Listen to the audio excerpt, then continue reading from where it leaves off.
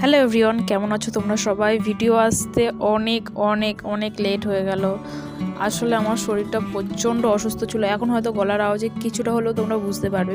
এখনও অবধি পুরোপুরি শরীর ঠিক হয়নি, কিন্তু কি করা যাবে, ভিডিও তো ছাড়া হয় না, অনেক দিন হয়ে গেছে, তো এবার তো ভিডিও ছাড়তে হবে। তোমাদের সাথে অনেক দিন কথা হয় না, কথাও বলতে হবে। তো এইটা হচ্ছে লাস্ট ভিডিও হারাল থেকে ফেরার সময়, মানে রাত হয়ে গেছিলো ফিরতে ফিরতে। আর তখনও রাস্তাঘাটে এত লোক ছিল, বলতে গেলে অনেক কটা দোকানে গেছি আমি, লালটু আর ওই যে আমার দেওর। ফোনে ওর তো গল্প শেষ হবে না। ওর গার্লফ্রেন্ড যে ওকে এত কী কথা বলে সেটা আমি ভেবে পাই না। কোনোদিন জিজ্ঞাসা করবো, তোমাদের সাথে অবশ্যই শেয়ার করবো।